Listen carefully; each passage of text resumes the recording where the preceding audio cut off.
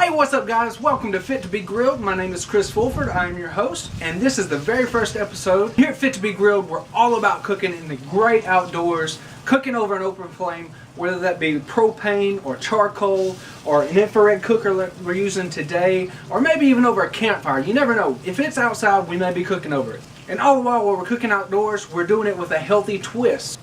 So what we're doing is we're enjoying the great outdoors, getting some meat cooked, but we're keeping our fitness goals in mind. So we're kicking things off today with a healthy fried turkey. So we get that nice crisp skin, but we keep that nice juicy moist interior without all the extra calories coming from the oil. Now today is actually Thanksgiving Day, so we're cooking our Thanksgiving turkey here. But you can do this any time of the year if you want to do it for Thanksgiving or Christmas or just a Thursday. Now everything we cook here on Fit to Be Grilled may not be 100% ideal for fat loss, but it will be with a healthier twist than the way you would normally create these foods. But let's go back and look how we got started, and then we'll look at what we've got now onto the finished product.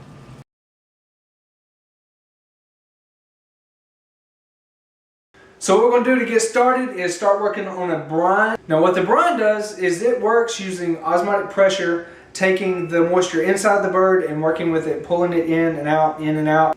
And at the same time, all the seasonings and things that you have in the brine is pulled into the bird. So you end up with a nice, juicy, flavorful piece of meat. So let's get to working on it, guys. Alright guys, getting started, you're going to need 6 quarts of water. I don't have a pot that's big enough to hold all 6 quarts, so what I'm going to be doing is putting it in 2 different ones and splitting all my ingredients up into the both of them. I want the hot water because it's going to help melt this stuff down so it works in there together.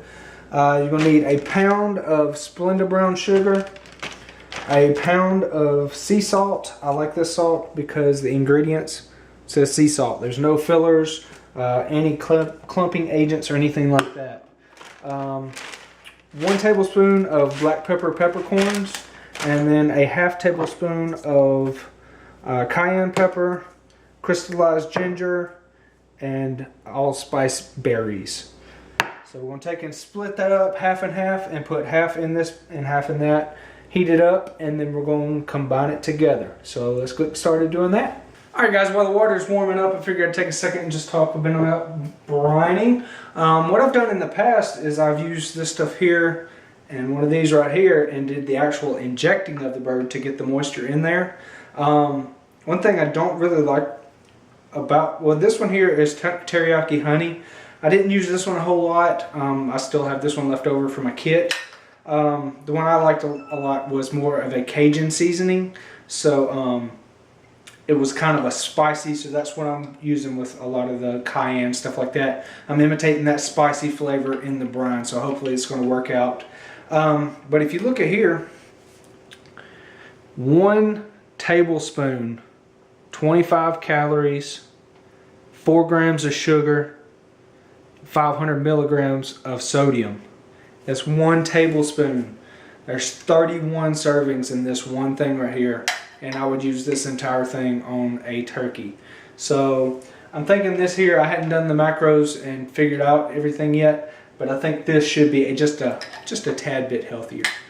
Okay, the water's not quite to a boil yet, but what I've done is I've gone ahead and split my ingredients up into 2 even 1 pound batches. So I had 2 pounds of salt and brown sugar. And what I'm going to do is just start pouring it into the hot water and letting it start to dissolve in the water.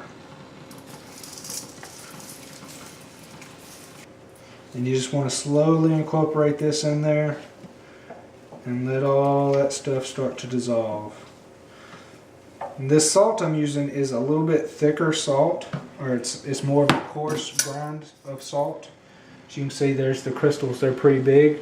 So it may take a few minutes for that to dissolve completely, but once it comes up to a boil, I'll probably bring it down and just let it simmer for a little bit until it gets all the crystals completely dissolved.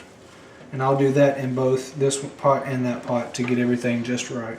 Okay, I got the brine all done. I've got all the ingredients there dissolved. Now what I'm going to do is just let this sit and cool off just a little bit before I put it in my cooler. And then I'll add the candied ginger the cayenne, the allspice, and the black peppercorn. And then I'll mix it all up good while it's still warm in there. I just don't want it this hot as I put it into the cooler. So I'm just going to let it cool off just a little bit and then put it into the cooler, and then we'll let it sit in the cooler and cool off completely. Alright guys, what we can do while we're waiting on this here to cool off is we can go ahead and start putting together our rub that we're going to put on the outside of the bird once it comes out of the brine. So what we're going to need is a 1/4 cup of coarse salt, and what I did is I just took the sea salt here and then run it through my grinder, and that should be just fine. We need 3 tablespoons of paprika, 2 tablespoons each of garlic powder, onion powder, thyme, and oregano, then 1 tablespoon of black pepper and white pepper, and then 2 teaspoons of ground sage and ground cayenne pepper. So we'll just take and start putting all that into a bowl. So we're ready to throw the 1/4 cup in here. And all these are just to taste. So if you want a little bit more, if you like a certain herb or spice a little bit better, go ahead and add a little bit more of that for your own taste. Play around with it. Make it work till it tastes the best for you. Oh, this is smelling awesome, guys. By the way, this is Tuesday before Thanksgiving that I'm doing all this. So I'm getting prepared so that I can get everything done, and oh, it's going to be so good on Thanksgiving Day. Guys, just a forewarning, if you decide to grind your own pepper and do your own sea salt for the rub, be prepared for some forearm pump because it's coming. Alright, that's it for the rub. Now we just take our whisk and combine all the ingredients together until they're mixed up very well. Now you could use your hands for this if you wanted to, but just a warning, remember there's paprika in here, and that's notorious for turning your fingers either orange or red or something like that. So just give it a good whisk, get everything combined together. Oh, it smells so good. That's what it turns out looking like. Now all you got to do is take and throw that in a Tupperware container, and you'll be ready for it for tomorrow. Alright, we got the rub all done, and our brine has cooled down enough so we're going to put it into our cooler. So we'll go ahead and do that. Okay, so all this is just a 5-gallon water cooler, and what we're going to do is just take and pour our brine down in there. Now be real careful, guys. Remember, this is still hot.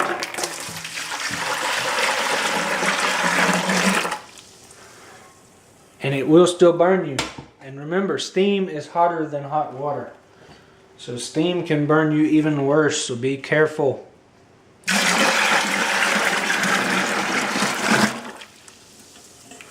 Okay, so now what we're going to do is add our other spices into this and then get that mixed together. So what we're going to do is go ahead and add in 1 tablespoon of the black pepper peppercorns.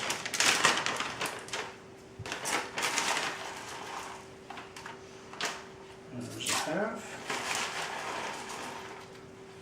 And 1.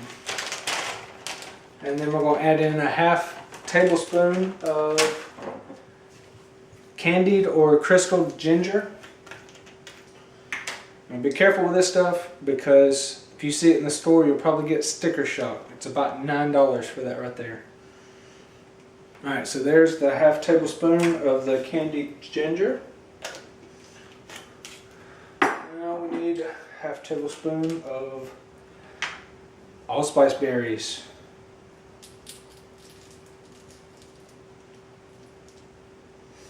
Oh, that smells good. Guys, this stuff's making me hungry already. And now we're going to go with, you know, I put about a 1/2 tablespoon earlier. That may be just a hair hot. So I'm going to go with about a 1/4 tablespoon. We'll see how that works. Alright, let's give that a mix.